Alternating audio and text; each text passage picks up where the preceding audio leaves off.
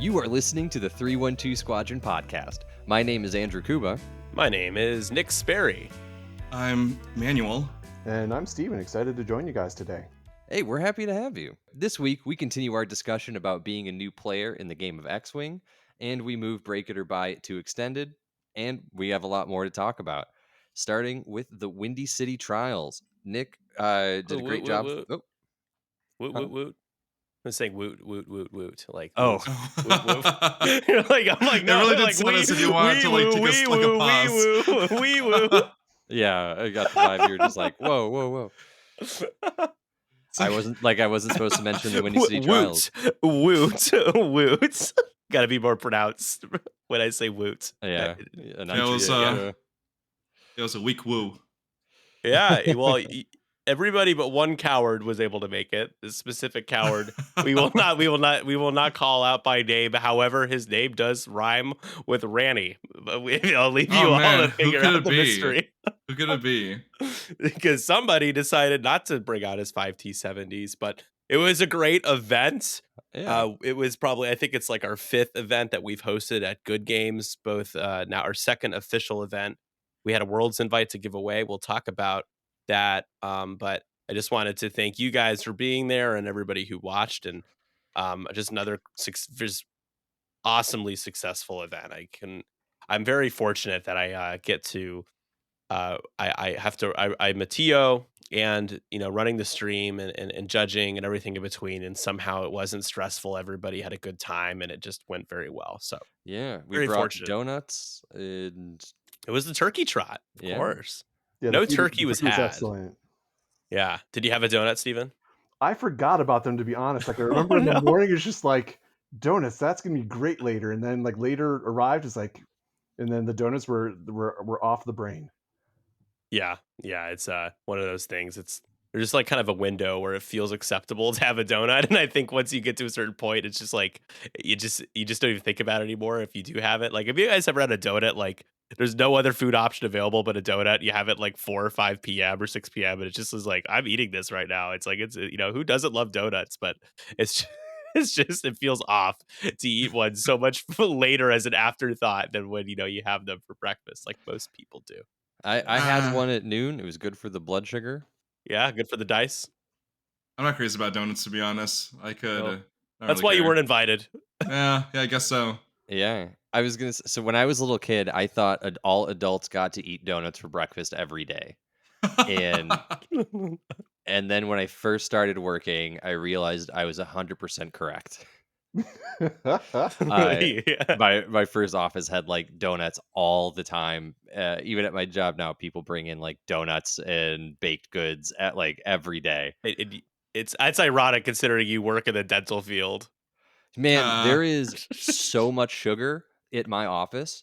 Like, there are bowls of candy everywhere, and I've realized that like if you want to, it's a candy based economy that runs in my office on like getting things done. Um, I think it's like there's a hubris that's like we know who the best dentists are, so yeah, we're just all caution to the wind, and we're gonna just put as much sugar on our teeth as possible, or we're doing it to say like, hey, dentists, we support you. We are with our own bodies. We are gonna make sure that you stay in business. Exactly. Like you create the problem and then you sell the solution. That's right. That's just true capitalism. It is true, the truest form, absolutely. Yeah. But I do want to make sure that we spend enough time talking about the important things, which is donuts and dentistry. But Your teeth, yeah. we will real quick. I want to throw over to just the winner of the Windy City Trials and giving Jared Mackert a proper shout out. Yes. And Stephen, I'm going to nominate you if you don't mind going to the Roll Better link I put in the notes, and after I read off Jared's list, if you can read off the second place list, Colfax, who brought a super interesting, fun, and slightly off meta list from what we're used to seeing. But Jared, who won his Worlds invite, again, congratulations. He brought Empire. He brought Battle of Yavin Vader in the TIE Advance, who's, of course, 6 points. He got Merrick Steele with Swarm Tactics and Passive Sensors. You're wondering why he brought that. I'll get to in a second, because the next two pilots, it starts to make a little bit more sense. You've got 2 bombers, Tomax Bren with this is the build your own with saturation salvo barrage rockets and bomblet generator. Captain Jonas with saturation salvo barrage rockets and bomblet generator, and Lieutenant Laurier with sensitive controls, lone wolf, and targeting computer. The list has a lot going for it. However, one of the things that I talked to Jared about on at the end of the stream when I had him on and I was interviewing him about his last game was the weakness of Jonas at I4, and so he decided to address that by giving Merrick swarm tactics so that he can swarm him up to I5 and initiative kill ships that would threaten him, or at least trade shots at I5, which is the sweet spot it seems these days. So it's a cool list. Do you guys have any thoughts on it? I thought it was pretty clever what he did with Merrick specifically. Yeah, definitely. It's always great to see the off meta lists too. And I also did like the inclusion of Larir for 3 points. It gave something for the opponents to go go after, but did a really great job at like hovering that board edge. And by when I say like go after, I mean every shot that's going to Larir, that's not shots that are going into the bombers, which can be like the meat and potatoes of this list. Yeah, speaking of meat and potatoes, but we're recording this right before Thanksgiving, so I hope y'all had your meat and potatoes for Thanksgiving. That's probably the only time I'm gonna make another a meat and potatoes reference myself. It is a good analogy though, for sure, for the list Mhm. because I definitely agree. So yeah, Jared, congrats. Steven, what did you think of his list? And then feel free to follow up with For Colfax's. for certain. And it doesn't look like I have access to Cole Hardfax's list, but Yeah, it was one of they're those things hidden. where I mean I know Jared's, but like Sh- he's been going to so many of the store championships, like mhm. I mean throughout the season, and I know like he and I talk on a pretty consistent basis, and like really He kind of gave you a felt, shout out, man. He yeah. said he's crediting the win partially to you. You can watch it back on the stream. Yeah, it's It like was very yeah, he cool. was incredibly kind, but no, it's just one of those things where I mean he really kind of fell in love with the Bombers, and I think it was just, and I think I mean whenever you have an opportunity to fly a list for I mean for an extended period of time, that you find the nuances to the list, um, and then it really puts you in a position to be successful in a tournament, and I mean especially when you've got I mean a field as deep as the Turkey Trot Store Championship was. I mean, I think having that experience like under his belt really made a big difference for him. So yeah, I was super Yeah. excited for him. Yeah. So the lists are unhidden. I don't know. I thought I had unhid. Yeah, I I had have. unhid them before, but they're Mhm. now unhidden. And yeah, thanks for linking the list fortress link as well, Andrew. Appreciate it. All right, Yeah, Um, not a problem. so and it was for. Let's see if I can scroll so down Colfax here. and Jared played in the final table. And Colfax brought Rebels, which is a classic matchup. Yeah, so looking at Colfax's list, he had Harris Syndulla in the B wing with proton cannons, plasma torps, stabilized S foils, the B6 Blade Wing prototype, and West Weapon Systems Officer. Battle of Yavin, Luke Skywalker, which feels like a main staple in just about every Rebel list. And then Gina Moonsong also in the B wing. So a couple of B wings in the list with FCS, proton cannons, plasma torps, and stabilized S foils. Dutch Vander with dorsal turret, plasma torps, R3 astromech, and bomber generator. He must have been listening to you guys last week because he knew it's like, oh, Dutch is going to be where it's at. And then and then a lone wolf with Sabine in the tile end fighter. Um, yeah, so I remember looking at the table, I was like, huh, like that's a different rebel list. So super excited Two that B like wings, not one, right, two. right, yeah, Yep. two. It's a rare So sight. um, so yeah, I Wait, mean, what did you say? What did you say, Manny? It's a rare sight. Yeah, Yep. Yeah. That's your one. It's your one line for the next 10 minutes. Oh yeah, Continue. straight up. um, but yeah, I was just, I mean, super excited to see to see something different rebel wise. I mean, Luke is the main staple, but the rest of those pieces, I mean, even Sabine Yeah, is a little bit of a wrinkle with Lone Wolf. Mhm. Um, Yeah. and no, it's definitely one of those things where, like, I mean, if you put them in position for success, like that list is gonna hit hard. Um, it's called shield removal service right? because of all the plasma torpedoes. And a Which couple things I Arch and want to Han point out. love to pieces. Yeah, a couple things I want to point out is the with the foils, of course, you can spend your lock to perform that bonus attack, and both of them being able to fire plasma torpedoes, and then especially with Hera specifically with weapon system officer, Bladewing kind of awards that crew slot, or gunner slot rather.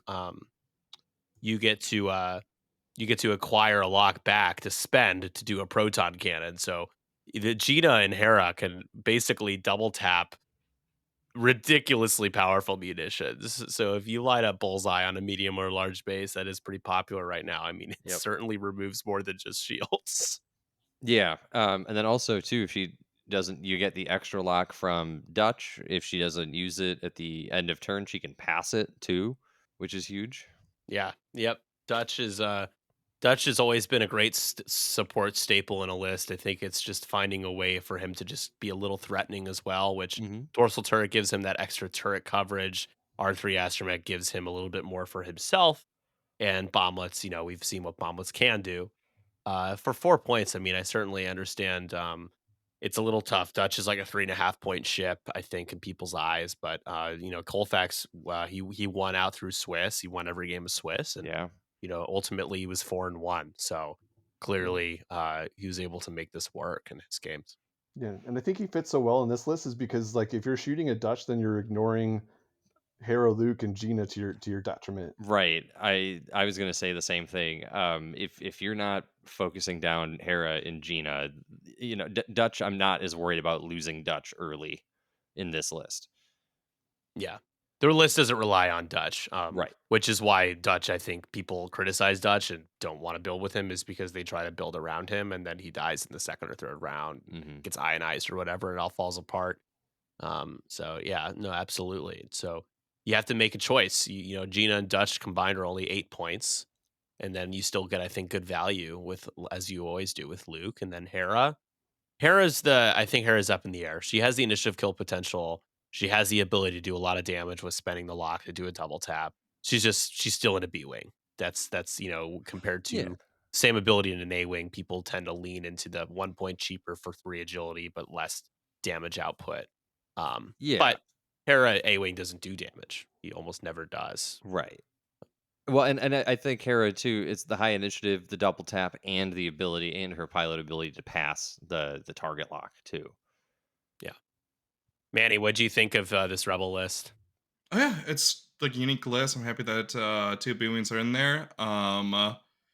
Yeah, no, that's I don't have that much to say that hasn't already been said. Just happy that the B wings are actually playable, or that people are just now starting to realize the potential. Yeah. Yeah, absolutely. Store champs create a safe space, I think, for people to bring like slightly off meta lists, and because of the sample size and the just it's an environment where I think you can actually succeed and learn a lot about maybe some other options that are good, versus if you were to go to like a Gen Con or something. I think there's a little bit more pressure to list build a little bit differently, just depending on what your goals are at the event, right? Competitively versus what you can do at a store champ. So I think and Colfax loves Yes. B wings. It's his all-time favorite ship, and I he's was gonna always stuck to say, his yeah. guns. And I I was gonna, love that if about him. anyone knows how to fly B wings well, it's Colfax, and he's been putting him on the table since I've known him. Yeah. Yep, I was gonna say though, our store absolutely, championships, man, they feel like Gen Con. Like, dude. We rock it, man. I'm proud. I'm proud of us, and I'm proud of just like the events. And yeah, I agree. I think there's kind of a competitive vibe that yeah. it's fun, but it feels like there's a lot on the line, and it's still just a store champ. But when you throw Worlds Invite in there as well, I there's mean, a little bit Steven, more yeah, edge. Steven is one of them, but I'm sure you could back me up. When I look around at our store championships, I see actual champions like just all around. Oh, for certain. And it's I mean it's one of those things where I mean in any given tournament there's like well probably like half the field has a realistic chance of like of winning it, and that's I mean and I think Yeah. that's a credit. And I mean when we traveled down to Gen Con, there's like I mean looking around the number of folks from the Chicagoland area that I mean that had really good runs and made it to like several of whom which made it to Sunday. I mean not a surprise like when you're going to a store championship and like just seeing really high Yeah. quality play.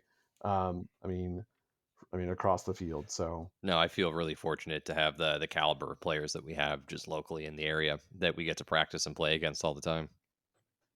Yeah, yeah. If someday I'll be able to beat Steven. I don't think. I just whenever I play Steven, you're my kryptonite, man. I mean, I was You're like, no, not today, my friend. I mean, I was glad that I traveled and I came back. It's like, oh, you won a store championship. I'm like, good job, Nick. And then I had to prove it to you at Gen Con that it didn't suck. I'm like, all right, look, Steven, I promise. But Steven we I had to didn't get to promise leave you're the play it. just better than country. me when we Yeah. play each So other. we didn't get to play Gen Con. So I was hoping for it, but it Yeah. yeah, the pairings the pairings said no. Yeah, it's just what a time though. Seriously, man. I mean, our closest game was by 1 point, so I will never forget. Like, hey, you never know. Games like that comes Those are the close. ones you want to be in, though. Because whether That's you for win or sure. you lose, it's like that's. I mean, you walk away. It's like that was a great Yeah, game of X-wing. yeah, yeah. Absolutely. Yeah, but overall at this event, I mean, we had great turnout. This is one thing that I think is I really want to emphasize. Something that during our announcements at the beginning of the day, just you know, hey everybody, we have enough people for a world's invite, and this like round of applause right after saying that. I just think that it's for some folks it's hard to make it out to an event that is deemed Yeah. official, at least under AMG's guidelines, and being able to blow past that by about 6 players is Yeah, great. So absolutely. we're fortunate to Yeah. be in that situation where we could pull players from all Oh, over. I will say though, For speaking certain. of off meta Yeah. lists, Steven, you flew scum, Yes, let's talk about it. quite a bit of scum too at our tournament. But Yeah, I think there was 3. yeah, Yeah, I don't think there's any FO. There was like mm, no first yeah, order. I'm no looking first through the order. list right now, and there was a lot of Empire. I see your list, Steven. I see a couple One of separatist Resistance, one Separatist, which was of all things yeah, double Scimitars, which came in is Tim, fourth. one of our locals. Yeah, my only Yeah, loss of the day was against the yeah. Scimitars. So talk about the list, Steven. I'm still very proud of you. You did the thing. We got to see it on stream. Yeah, it was one of those things where I mean, yeah, when you reached out, I was like, hey, could you put together a Boba list? It's like, yeah, that's a done deal. And um, no, so it was one of those things where I mean, when they did the last points adjustment and Boba stayed up at 9 points and his loadout got reduced, and I don't know, it was one of those things where I mean, I didn't want to find myself in a position of not having veteran tail gunner and not like both not having veteran tail gunner, not having a bomb on him because Boba needs a bomb. And so like when it put the math out, I was like, well, I can keep fearless and contraband, and IG88D slides in perfectly. Um, and like having double tokens of Boba always feels quite good. Um, and putting him next to the Mandalorian, which felt very very thematic. Yeah, Yeah. And no, there was I think it was the stream match that you had that I remember watching.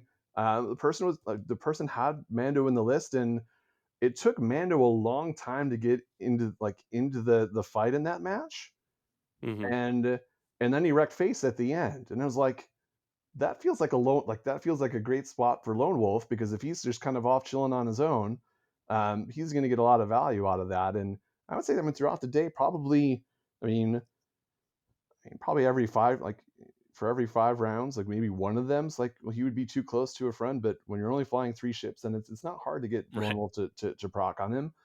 Um, and then Absolutely. with the remaining 5 points, it's like, well, that feels like a Manaroo sized hole. And With uh, Notorious, yes. so it was one of those things where it's like, well, like when I was trying to figure out like, well, what's going to be the right balance, like I wanted to have uh, a gunner that could take advantage of the stress, and so like BT1 felt like a good spot. And ordinarily, like you usually want to have contraband um on the jump master, but it's like, well, that's not going to fit if I want the reroll droid and Notorious all at the same time. So it's like, well, we're gonna drop the point in the illicit slot to grab Dead Man Switch, which definitely came in handy in the stream. Um, and yeah, so like those Yeah. 3 ships, it was an absolute blast to fly. And I know when it was we had the chance to watch it earlier in the week.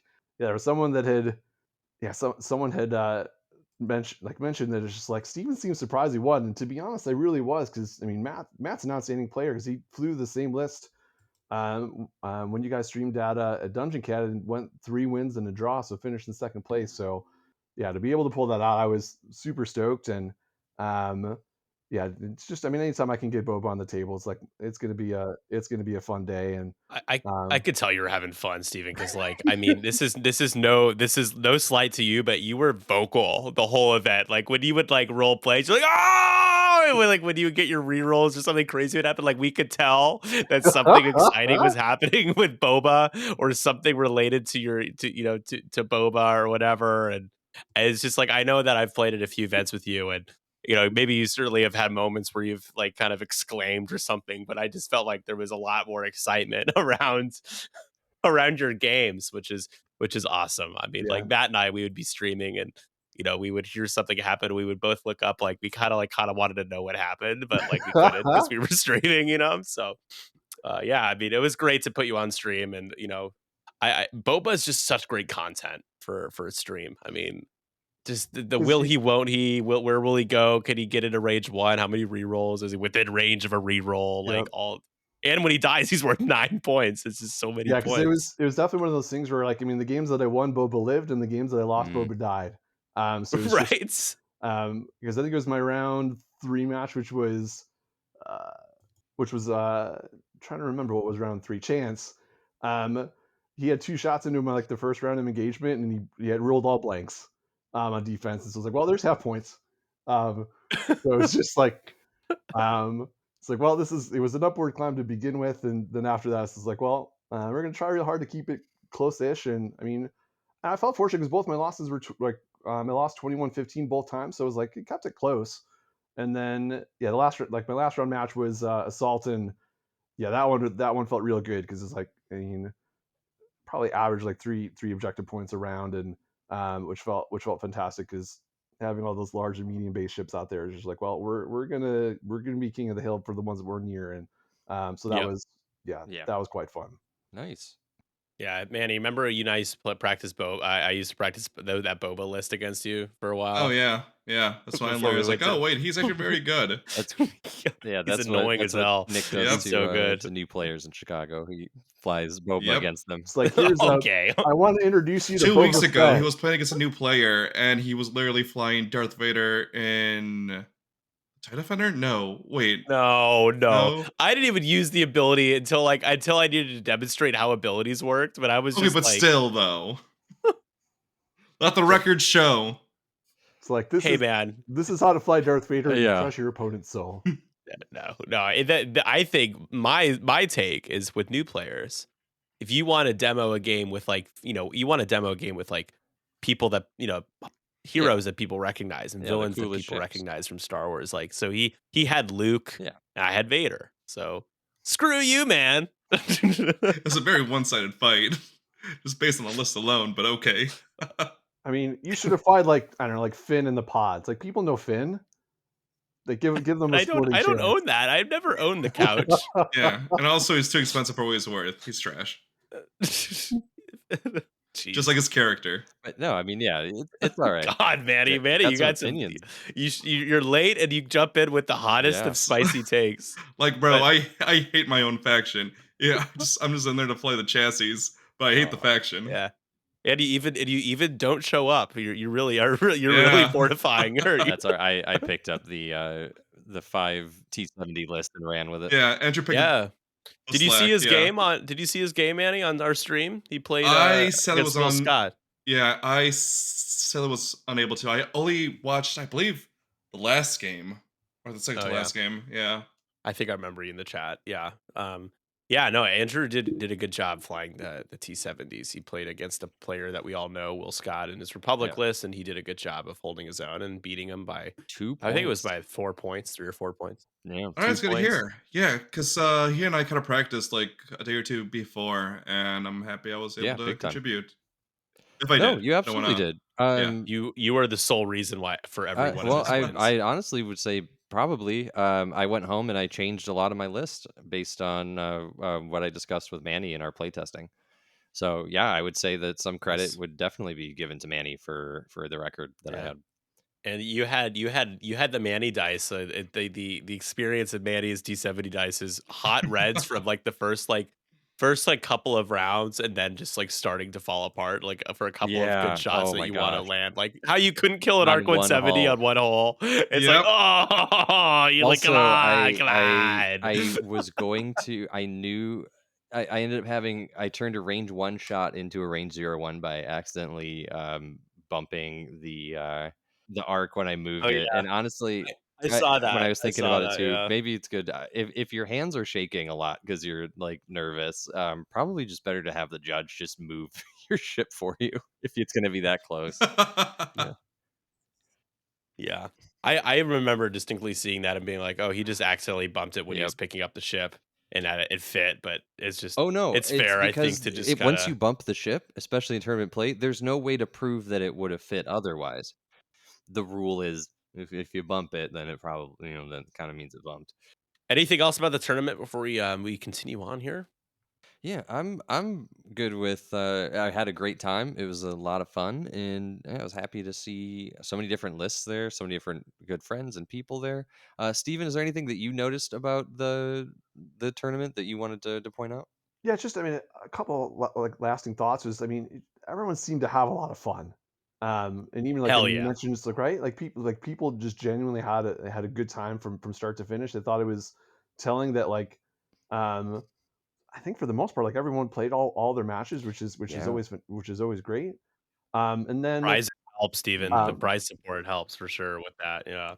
And then I guess the last thing, so I noticed when I was on stream, like it looked like you guys were wondering, like there was two gentlemen that were kind of standing in front of the player camera, Yeah. and those are two of my dearest friends on the planet. Like we were in Oh, first grade wow. together, so that was those were my friends. Oh, Their two okay. names like Dom and Tom. So they came out to watch me play, and so I was super excited to have them there. And so if you're wondering who are those guys, like Yeah, they kept coming long back. I was like, "Wow, these yeah guys really are Yeah, curious about X-Wing." They yeah keep it's like coming back. Yeah. long time friends. So yeah, it's that's so Very cool. been cool. since first Wow. grade. So yeah, it was so awesome to have them out. And Dominic had actually like was in town for the weekend because his brother Tom was always planning on coming, and then he's like, "Hey, I'm going to see Steven." It's like, "You want to come?" It's like, "Yeah, let's check this out." And so yeah, they had a blast as well. Like it was super fun for them to see a game that they hadn't really been exposed to before, but they're like if you say it's cool, then it's like we're down to come and check it out. So yeah, they had a really good time as well. So That's awesome. yep. There was a family that was, wondering what we were doing. They were watching some of the games, so I showed them told them, like, the basics of what it was. Yeah, yeah, no, it's, I think people are always shocked, like, especially the player people, the Magic the Gathering and Flesh and Blood players who walk in, and they're like, "Wait a Oh, minute, let's all these Star Wars players have taken over our store. What one of is my this game?" favorite things that we can do sometimes is, like, if you go out to just a bar or a coffee house and, start playing X-Wing, you will get a crowd around you, like, so quick, and everyone wants to talk Star Wars with you because it's, like, immediately recognizable, and, Yeah, yeah, we like, you always just have this crowd of people just watching, and it's, like, one of the coolest things. yeah, absolutely. Yeah, well, Yeah. I thank you guys for the kind words about the event, and Steven, I appreciate you making the effort to come out. Andrew, of course, I'm glad that COVID didn't Um, stop you, that you were able it to took make out a it couple of out our as friends, though, well and had a good unfortunately. time. Ah, Yeah. never stops. Yep, COVID still exists, and, people. it seems to Not claim going it. one player for every Windy City trial. That's true. That's Just this time it literally what wasn't me. happens, it seems. Yeah. Yeah.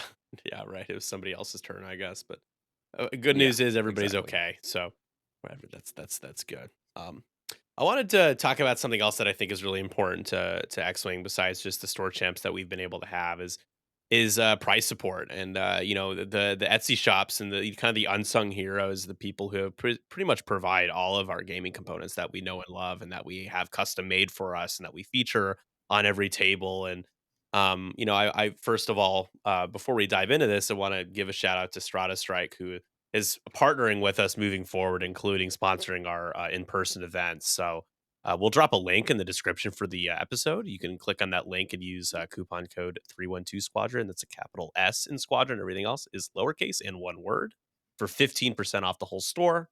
Just wanted to thank Mark Ewell at Strata Strike for being so generous with helping us with all of our previous event support and helping everybody in the community, him and all the other great Etsy shops and creators alike. So, what does it mean to you guys? Your acrylic templates, like your tokens, your stickers, all these things. Like, what is that? What's the connection for you all? Yeah, I mean, I think first and foremost is that all the Etsy shop owners that I've ever had the chance to to interact with, I mean, they really care about the game, and so it's one of those things where I mean to have the chance to support the people that are supporting the game is huge. And I think it's also one of those things where when you put whether it's templates or tokens, like where did you get those? It's like, oh, Yeah, like it came from this shop. It's like I need to go check that out. Um, and it's also one of those things where knowing that the amount of time and effort that goes into that, like there's just for me, there's such a huge appreciation for folks that really kind of take that on as I mean, as a small business, because there's deadlines and like production quality and all those things that have to go into like for someone to be able to use those is just um they really do go above and beyond to make like the in-person experience just it adds just like an aesthetic to the to the board that I think for a lot for a lot of players it really does just add to the enjoyment of the game that you're I was gonna playing. say, Steven, you have you make custom cards, and the first time that I met you, you handed me a bunch of just some of the coolest like custom cards. And I was flying hmm Empire, so you hooked me up with some awesome like double sided Vader that had the Defender and the X1. Um, but you have like a whole bunch of other ones, so I thought that was awesome that you just have something to hand out from your store.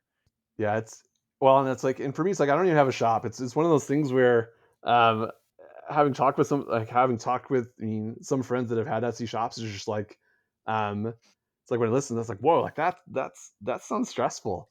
And so yeah, it's like for me, it's just like one of those things where I've got um over the span of the pandemic, um Shane Mock, who did some really amazing online events out of Singapore, had connected me with his plastic card vendor, which is My Print Solutions, and they do Yeah, really they're so outstanding nice. work. So it's like so you send the arts and they print it up, and so for me, it's just like to have an opportunity because I can remember.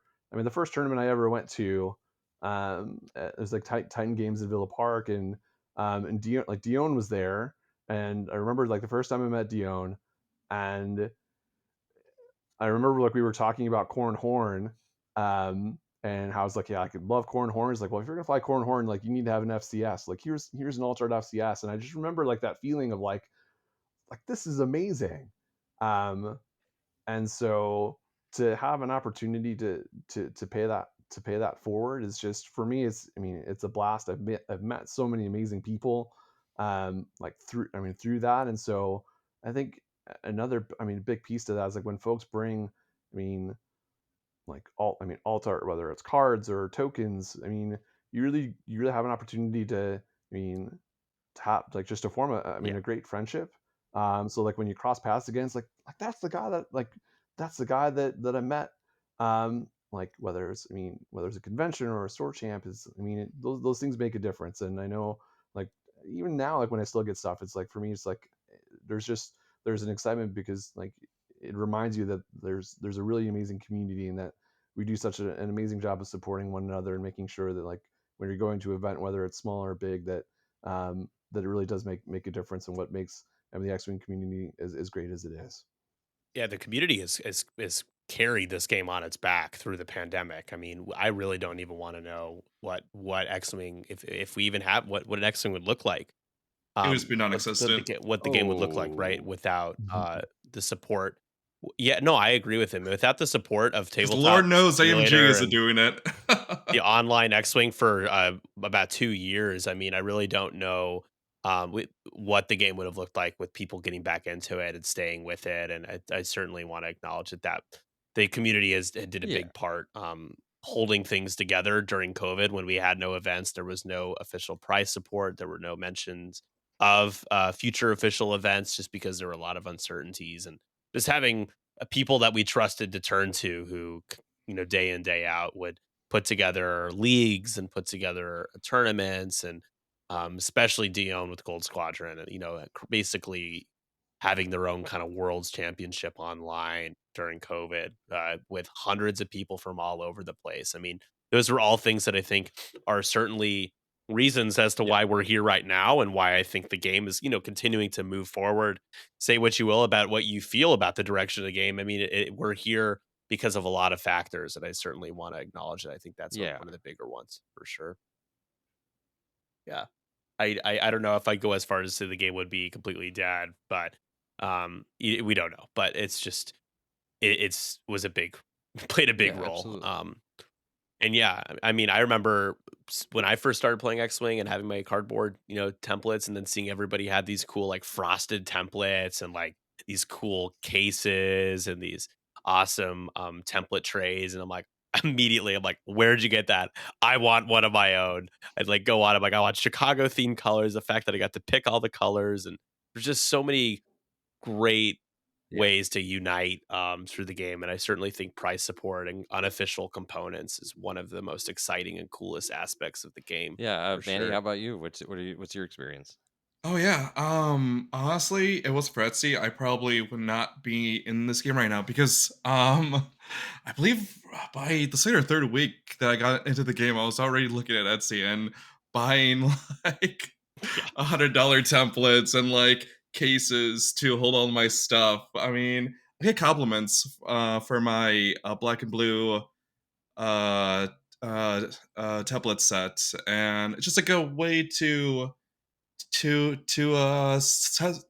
separate myself from the average player, I guess. Yeah, show. I mean, it's a cool Make it, way to I show guess, like uniqueness, that. right? Yeah, exactly.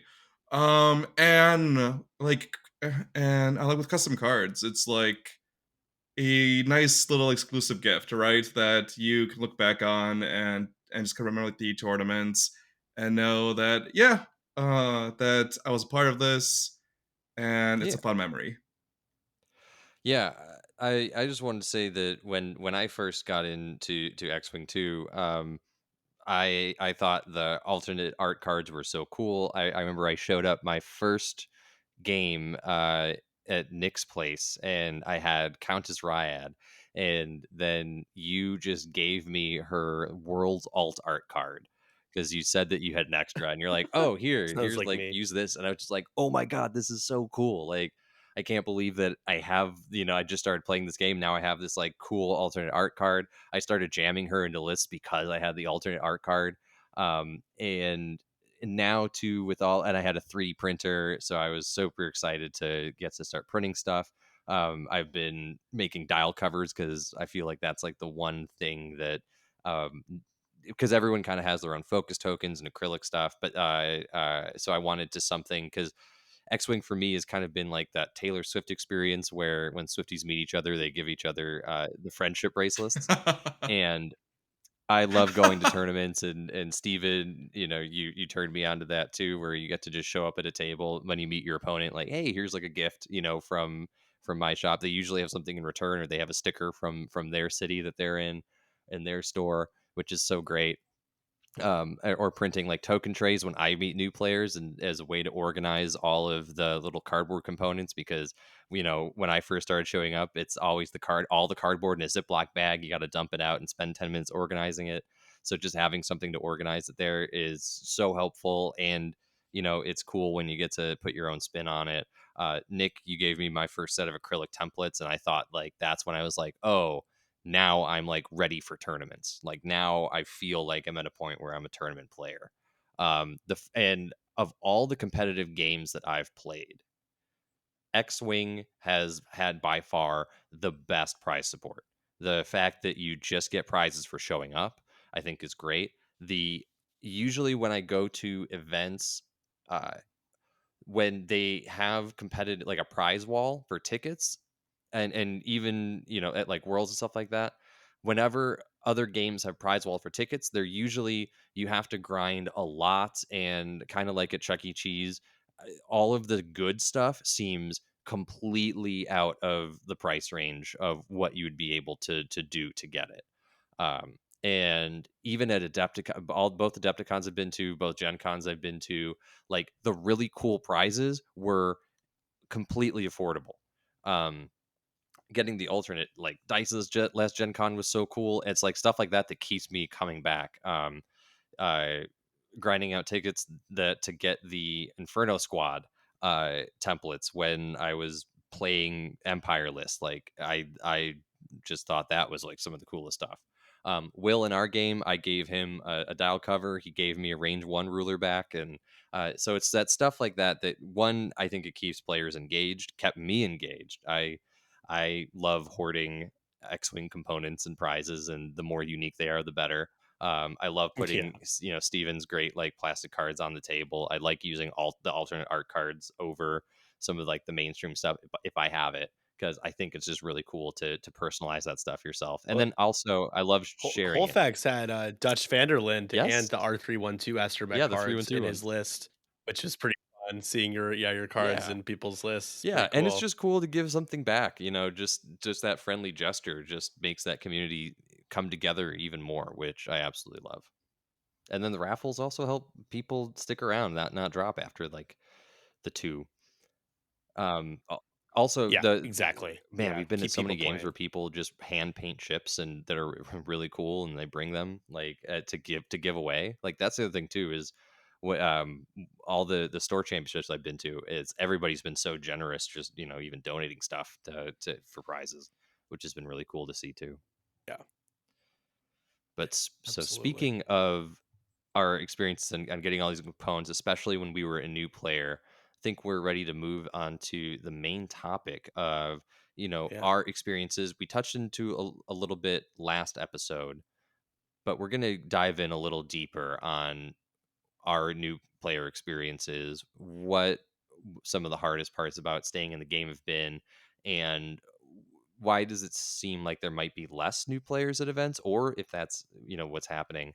So we can kick it off with the first topic, and I'd say just Manny, since we'll start with you where we did last time, since you are the newest player around us, even though I wouldn't consider you a new player.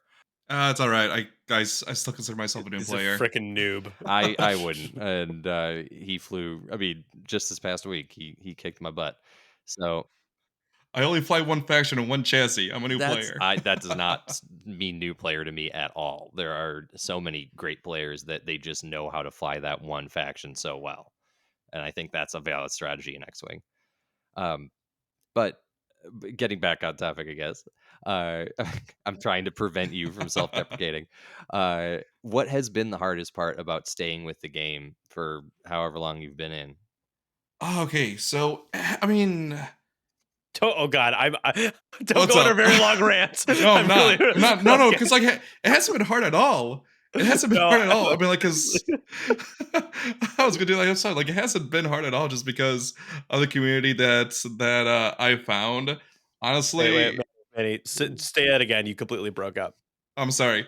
Yeah. It hasn't really been that hard, just because I was able to stumble upon a community that is passionate about the game, and the community is probably the main reason why I keep coming back. I mean, if it wasn't for Nick and the whole 312 crew, I probably would not be playing this game as frequently as I currently am.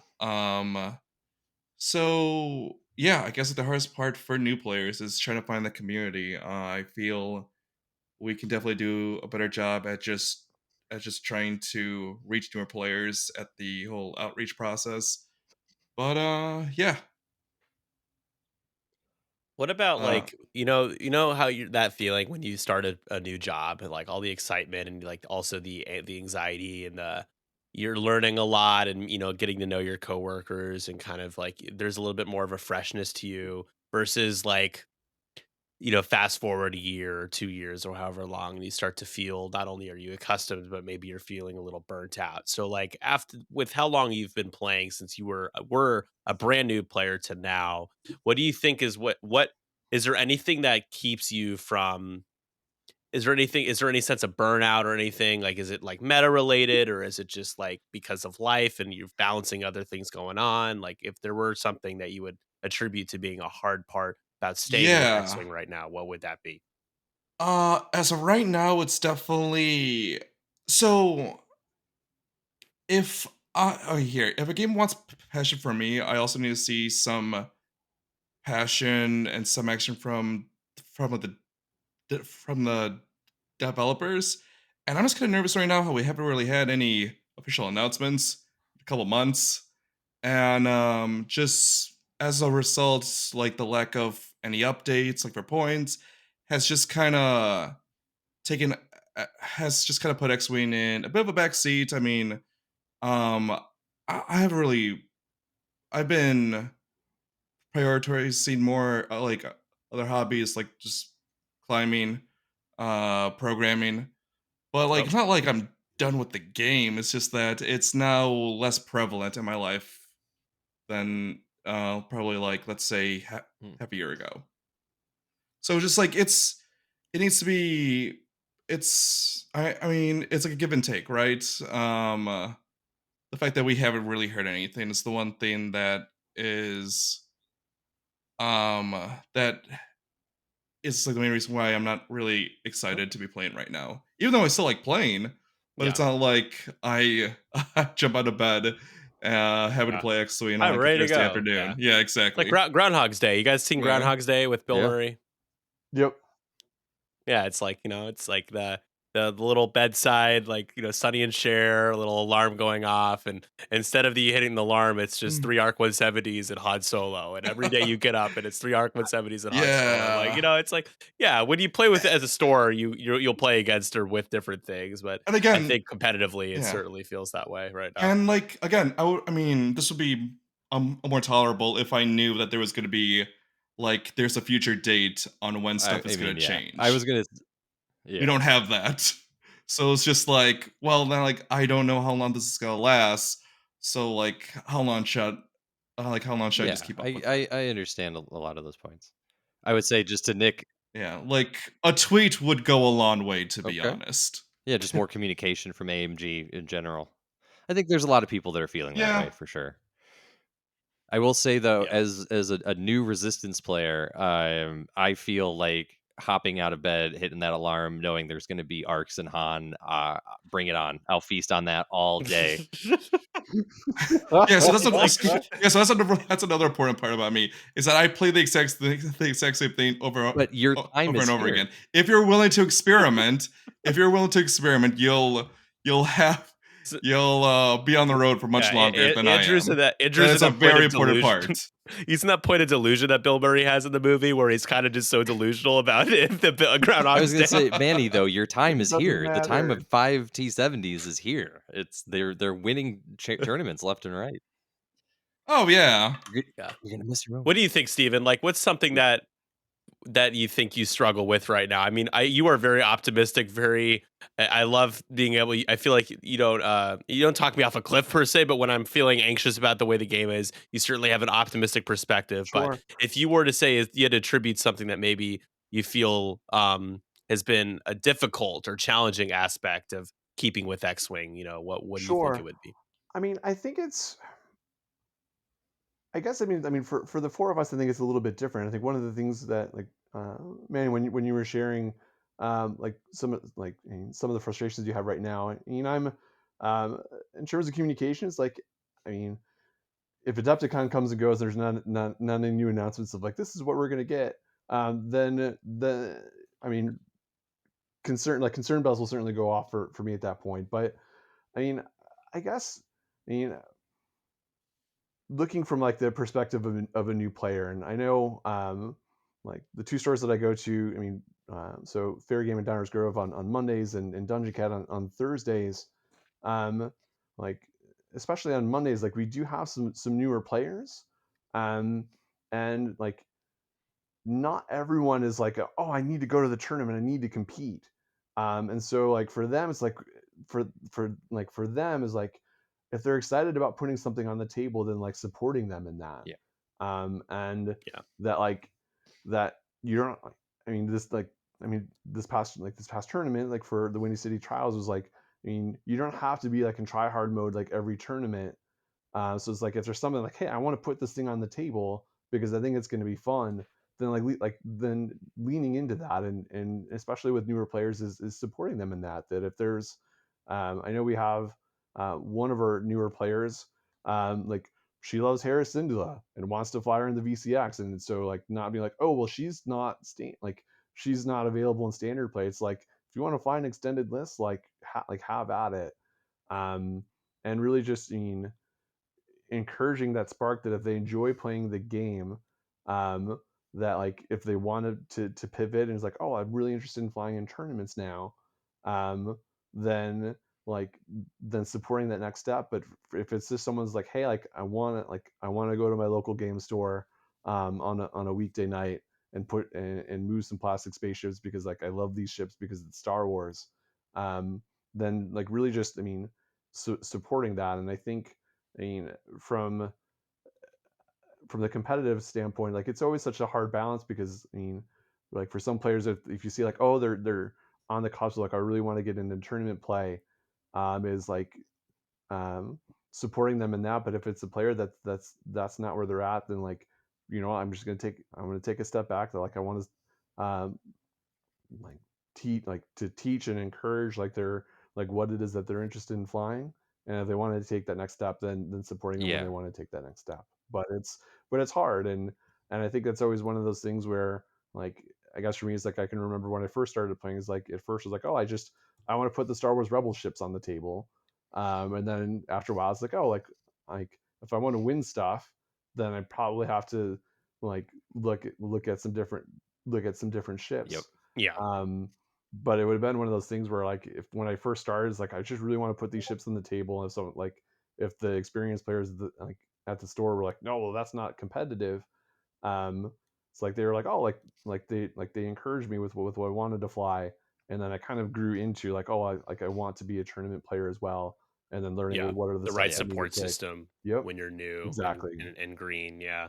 I mean, speaking of newer players, like store champs are more likely to foster newer players for their events, because it's, those are the same stores that people have their local nights at, like you pointed out, the ones that you go to in the suburbs. And but I've noticed, what seems to be, I'm not at every single larger event, but that's what seems to be a dip in new players playing in the bigger, like, grand or national level events. I remember LVO, the first two LVOs I went to, there were people I would introduce myself to, or would introduce themselves to me, who were like brand new, that had been playing for maybe a couple of months.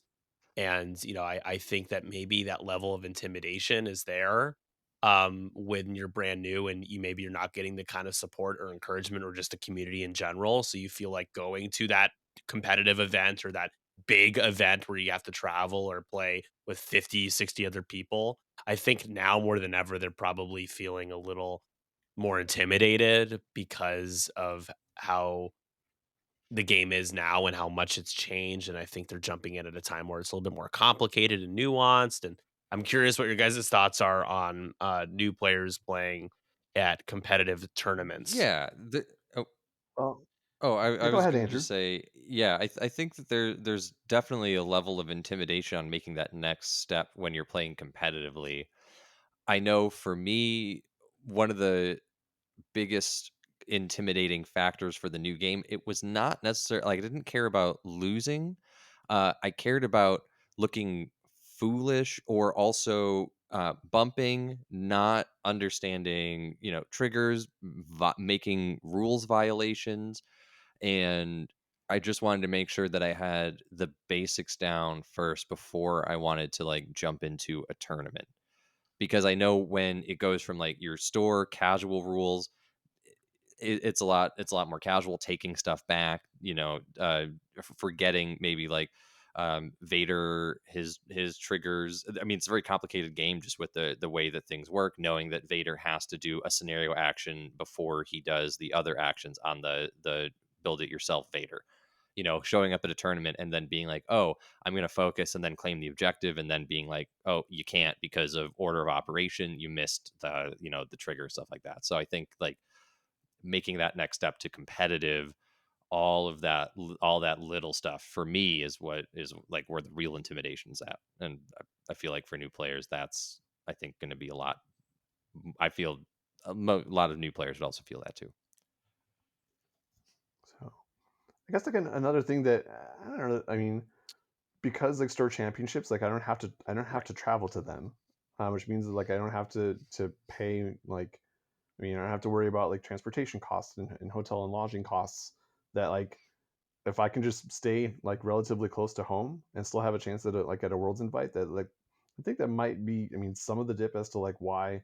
I mean, some of the larger conventions have typically had more players. That like for some folks, it's like like I can just stay at home and like save time and money It's and expensive. um as well as like spouse points because I mean it's also one of those things where it was like um like honey I'm going to be gone all weekend. It's like well um maybe not. Whereas just like I'm just going to go to the Hmm. store down the road. It's like that feels like more feasible and doable. And I mean it is like because it's like the first year where store championships have provided like oh you can get a world's invite. I think a lot of people find like that like well I don't have to travel to do that anymore, so like I'm just That's a going to good stay point. closer I to mean, home. yeah, because that's a great point. It's expensive when you factor in travel. Usually, you have to stay in a hotel, and then also the conventions itself, minimum like $45 to $70 for a badge. Yeah, and all that. Unless it's Gen Con, I think I spent what was it, Right. 130 or 150 or something on the full weekend for Gen Con. It's Yeah, that's around that crazy. Yeah. price, like 150. Right. Yeah. So I mean, and that went up over last year too. So Yeah. Yeah, it did. That's definitely a barrier for brand new players. Probably Yep. that's a yeah, lot of barriers for them. it's a They're lot of going to big time. And events. and if you don't have a hotel by April, you're Oh basically man, out of yeah, luck. that too. Yeah, it's true. But that's a good point. I mean, I Yeah, think no, that yeah, the fact that you don't have to go to large tournaments anymore to secure that invite, that you can do that from your local store championship has definitely impacted attendance at of the bigger events for sure. And I would say like for most newer players, is like I mean going into the tournament, it's like oh like this is going to be fun, Yes. and like and especially here, it's like I mean like when you, like especially if you've gone to a few of them, it's like you figure out it's like well like these are some of the best player like I mean some of the best players in all of X Wing, and they're right here like they're right here in my backyard.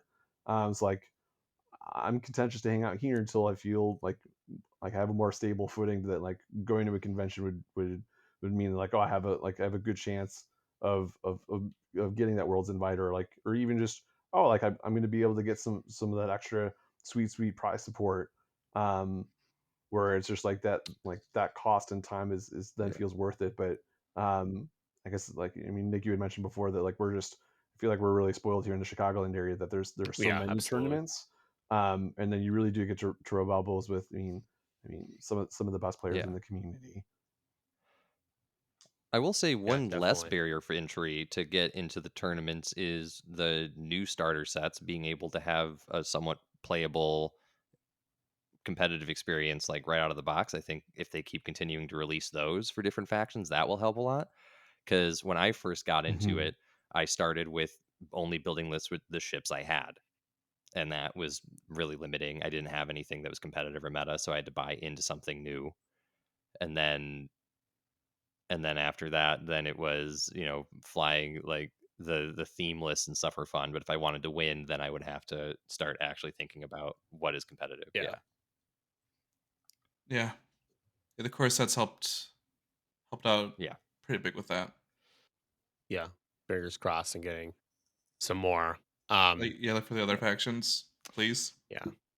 I do want to continue. This is a larger conversation we're going to continue, but I do want to be mindful of our time. We have True. one more segment. We can To we be can power continued. through Yeah. here if you have any final words, but we can otherwise continue that conversation in our next Yeah. episode as well, Absolutely. which is the plan.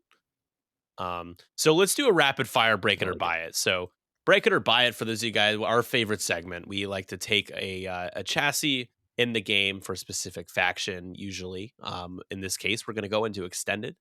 We're going to pick the Upsilon shuttle to talk about. I laid out 3 pilots.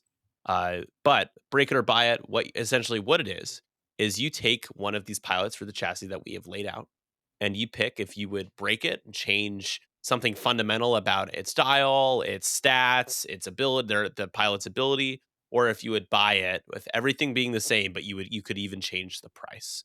So we have 3 pilots for the Upsilon shuttle. Of course, this is a first order ship, one that I'm surprised that we never got reprinted through the existence of I 2.0 know. even to now. It's just kind of something that, like the Lambda, is not something that exists in a black box for some reason. I have Captain Cardinal, Lieutenant Dormitz, and Major Stryden as the 3 pilots. So I can have the 3 of you guys each do one if that's Sure. the way you want to do it. Steven, of Yeah. course, being our guest, I can have him start. Steven, do you want to pick one of those 3 pilots to do? I do. So as I was looking at these, Lieutenant Dormitz feels Yeah. feels like he could be quite good. So his um, so he's a initiative 2, and it like for the setup phase, after you replace other friendly small ships, can be placed anywhere in the play area at range 0 to 2 of you. And like if you surround him with like I mean 4 TIE FOs, so if you were to put like Scorcher DT, um, Midnight Malorus, and Lieutenant Gaelic, all of a sudden it's like round one's like, well, they're going to be in your face. That feels all kinds of good. Um, and like and then he can just kind of trail in behind. And so it's like if you're engaged Yeah. with a bunch of TIE fighters, it's like, well, you're gonna have to deal with them. And then all of a sudden, coming up the next round is a 4 dice gun. Yeah, that feels all kinds of good. Yeah. With the Absolutely. combination of like Mac Pulse or cluster missiles and like ion cannon is just like that's a lot of firepower. And um yeah. Oh, yeah. When I looked at that, it's like I feel like there's a lot of fun play mechanics that could happen with that. Even though he's like the Yeah. most expensive of the 3, 8 points. Yeah. 8 points, but like when you can surround him with, I mean, 4 TIE fighters that can certainly do some serious damage, um, that feels quite like could be quite fun and potentially good in the right hands. And why don't you, Steven, really quick, just read off the chassis stats for me, the Sure. attack and the dial Yeah, before we absolutely. go into break So or buy. yeah, so Lieutenant Dormitz is initiative 2, 4 dice, 4 attack dice, 1 agility. So even 1 agility, like I forgot that they had that, so that's quite good. 6 hull, 6 shields. Um, yeah, the maneuver dial, it's got a 0 stop, which feels pretty good. Um, like blue maneuvers are the one, 2 straight, 2 banks. The 1 banks and 3 banks are white. The 2 turns are white, and then the 1 turns and 3 turns are red.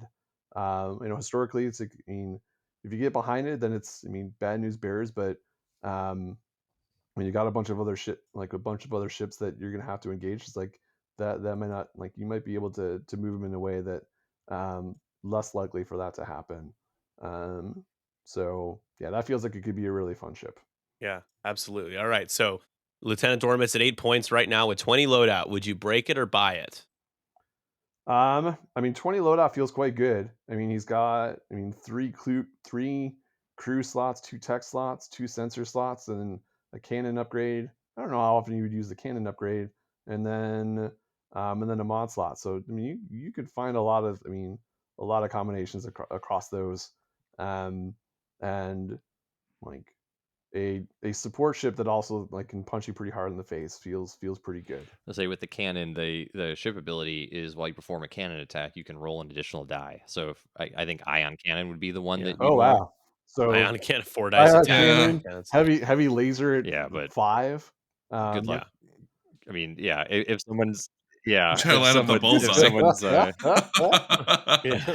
We'll find a way. We'll some find a way. someone's I mean, here's the thing So, though, it's a good control piece because you can guarantee a ship is not going to be in that bullseye. So it's good board control, I guess. Just the threat of rolling a 5 die attack is yeah. pretty good. So what do you think? Would you make him cheaper or would you change his ability? That would be making him cheaper is buying it, changing the ability or anything fundamental Yeah, with I the mean, card would be I breaking it. mean, his pilot ability seems. I mean that's the thing is I think is the most attractive about him.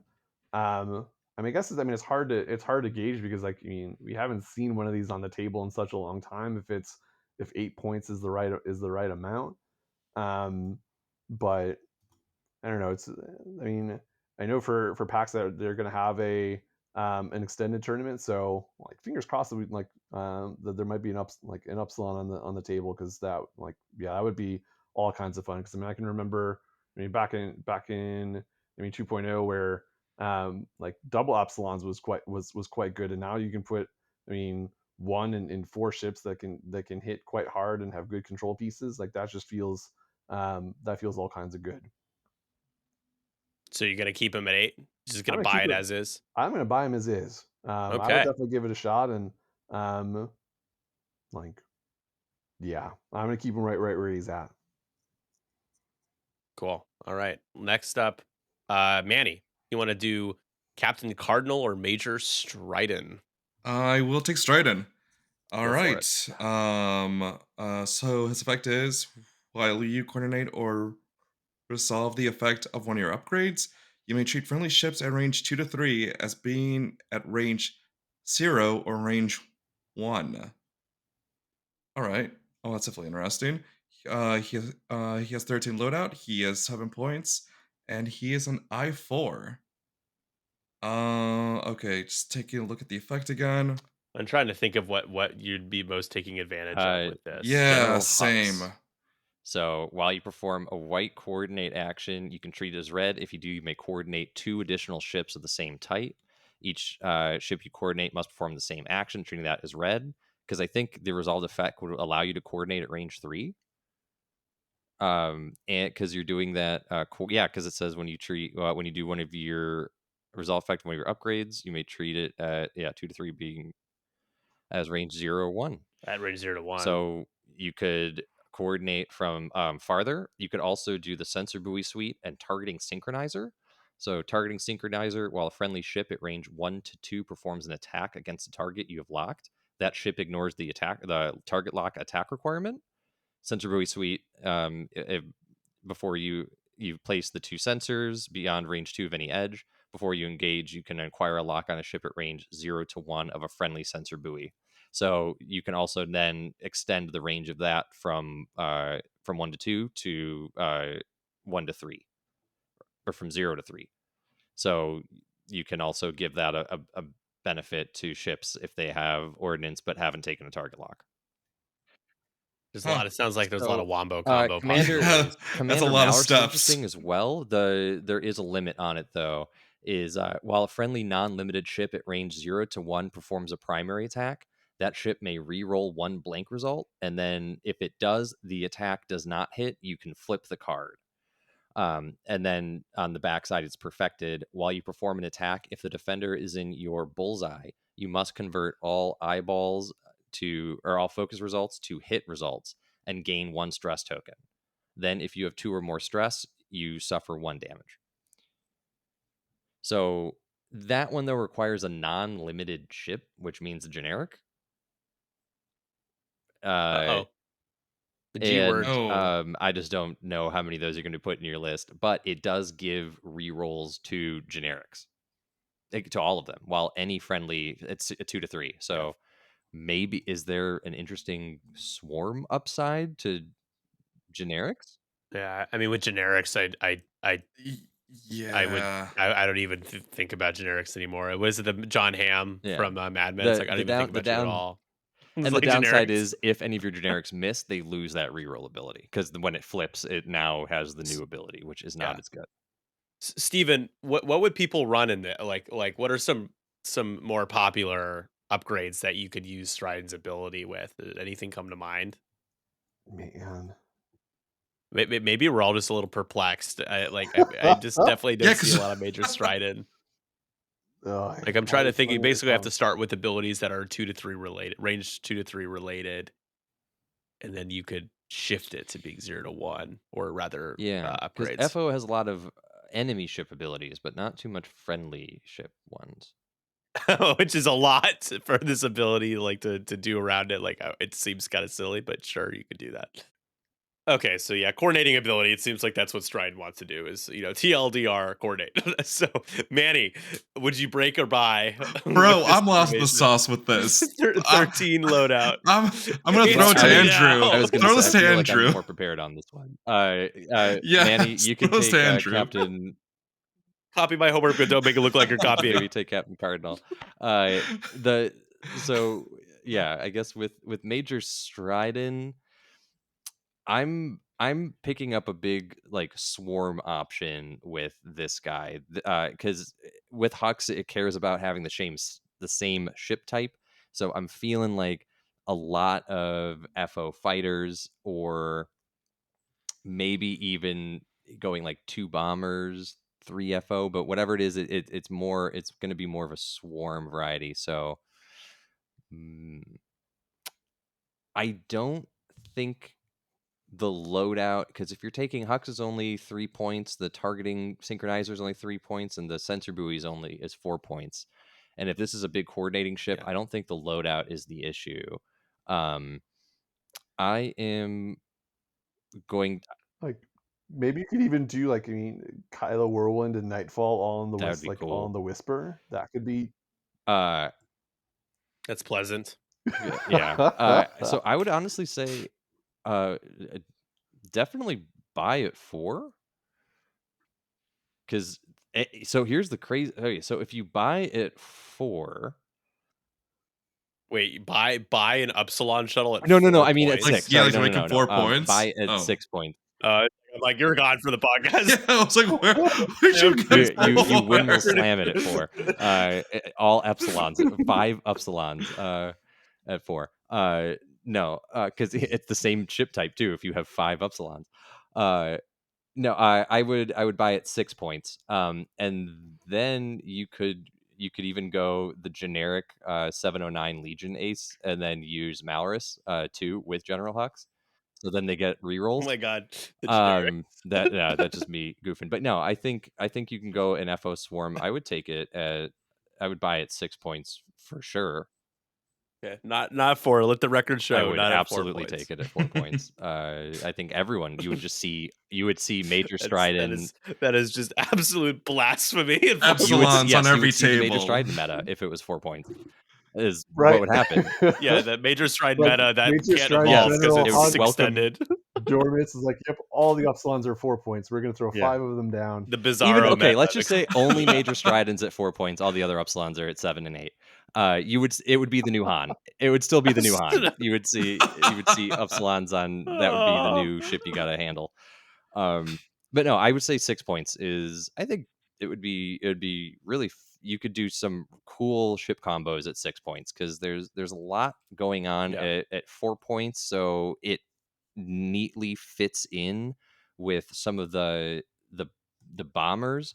Right. Like some of the ones that like Grudge at 4 points, even Breach at 5. If it was 6, it makes it a little easier then to fit in that 3 points for Malorus and some of the cool, like the FOs that are all 3 points. So I think that one thing with FO list building that's kind of awkward is that everything is odd, but some of the good ships are like even points. So you get this weird, it could be like a 19 or like a 21 point list. I think 6 points. Mm-hmm. If you made Stridon 6 and maybe like a generic 6, that would give you some of the options to build some different like loadouts within that. I don't know. How does everybody think? No, I agree. I mean, loadout's fine. I think we yeah, 6 points. Why not? Captain Cardinal is the last pilot. Manny gets one more opportunity to copy some homework. Here, go again. So let's do Captain Cardinal at 7 points with 12 loadout. Why don't you read his ability? All right, cool. Yeah. So his effect is while a friendly ship at range 1 to 2 with lower initiative than you defends or performs an attack. If you have at least a 1 charge, that ship may reroll 1 focus result. After after an enemy ship at range 0-3 is destroyed, lose 1 charge. He has 2 charges, non-recurring. Oh yeah, for those of you yeah. at home who are 2 wondering. charges, okay. All right, I gotta be honest. I don't know anything about FO, so like I don't think I can make an accurate judgment. No, that's fine. I can help you out. Based on the size of like the ship alone, I'm not taking it. Jeez. Well, so it has to be lower initiative. So we're talking about I3 Yeah, or Yeah, below, and man. what like which Yeah, which is kind of brutal. it's Like like you're Yeah, gonna get Steven. initiative killed pretty easily. Muse is an I2. Oh, hello, Muse. How are you, Muse meta? Not only is it a good band, but Muse might also make an appearance in the FO, maybe playing some Muse music. yeah, TN 3465. I mean, there's just a lot of these FOs are I4 and above, though. because I Generics think would have a field day. So as Andrew is clamoring for the generic meta, we could be entering one with Captain Cardinal. Rush. yeah, because I think the only FO ship that I can think of that's initiative 3 or lower that sees table is Is Whirlwind, Uh-huh. Rush. Rush and is a that good point, It though, starts Andrew. You off as an mentioned I Rush, two, yeah. and you get that's rerolls, true. and Yeah. then if you shoot Rush, then he becomes an I5 or an I6. I mean, Avenger is an I3 as well. How exciting. S- Yeah. so Yeah, it's there's conditional. I just it's with not what's only available. conditional. It's you're rerolling focus results, and as you win, you Yeah. don't get to Just take do that. locks. Yeah. Um. So it's kind of doing what Yeah, it's it's working weird. against what you want to be doing. I think I'm gonna step in for this one Yeah. really quick, if that's cool, Manny. I am No, going go right so ahead. 7 points at 12 load. I'm gonna say break it, change the ability. You can re-roll blank results and change it so that I4s and below get to re-roll blank result. Keep it at the same price as 7 points. I'd even drop the loadout down actually because that ability Yeah. ends up being pretty good once you make those changes. I dropped the loadout to like 8 or 9. So Yeah, Steven. yeah. What are your thoughts on Captain Cardinal? I mean, I think if we make all the changes that Nick has suggested, Yeah. I think that's pretty good because then you can still fit General Hux and like sort of slap on some deuterium power cells for him to live a little bit longer. Or That feels even pretty all sensor right. buoys, Yeah. because Yeah, yeah. you're getting the target locks, and then if you do that with targeting synchronizer, well, I probably don't even need targeting synchronizer. Just get the sensor buoys, and then you get to reroll. Yeah. So, Definitely. one other thing. Well, Would you say a friendly ship, or would you say each other friendly ship? Can he do it to himself? I certainly would So not do it it would to be cannot do each it to other friendly himself. ship. I wouldn't. Okay. Yeah. Yeah. Yeah. Each other friendly ship. And One to it's two. his Oh, so range 1-0 range would 1 to preclude it anyway. 2. Yeah. Yeah. I would make it interesting too because I realize what I've done with changing this. I would make it so that only ships at range 2 could do this, just to make it really weird That for the hell of it. Not range 1, but only That's ships at gonna get range so 2. many judge calls. Oh, I love it. Give it to me. Already a nightmare scenario. Because you'd have to measure like, yeah, no, that's gonna be a nightmare. Because like it's like, oh well, by a It would hair. be Yeah, so funny though. they gotta take out those range rulers, the clear range rulers. Yeah, let's whip out. It's all a part of the acrylic scheme to get Yeah. more range rulers printed. The changes to Captain Cardinal. I'm much more privy to Captain Cub after all. So I'll leave it with that terrible joke. So guys, just a heads up for those of you at home clamoring for some more official events that beyond store champs that are happening near you. PAX Unplugged is happening on December 1 through 3 when this comes out. This episode comes out. It'll just be a few days away. I know Steven will be there. So if you see Steven, Yeah. say hi to him. It'd be great to see you Um, all. yeah.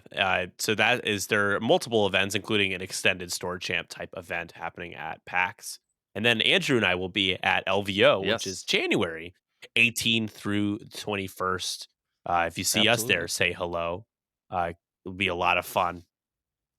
And Andrew, if you want to take us away with our outro Absolutely. So here. thank you everyone for listening to this episode. We want to thank Stratastrike for partnering with us. You can buy a plethora of gaming components for X-Wing, like the wood template trays, objective tokens, and more. You can use the discount code 312 Squadron for 15% off your purchase, which that's super nice. Be sure to follow us on Twitch to catch us live, including our final episode recording of the year. Catch edited content on YouTube, like us on Facebook, and of course, jump into the conversation with us directly in our Discord server. Until next time, I'm Andrew Kuba. I'm Nick Sperry. I'm Stephen Weiland. I'm Emmanuel. And have a happy Thanksgiving. Happy holidays, guys.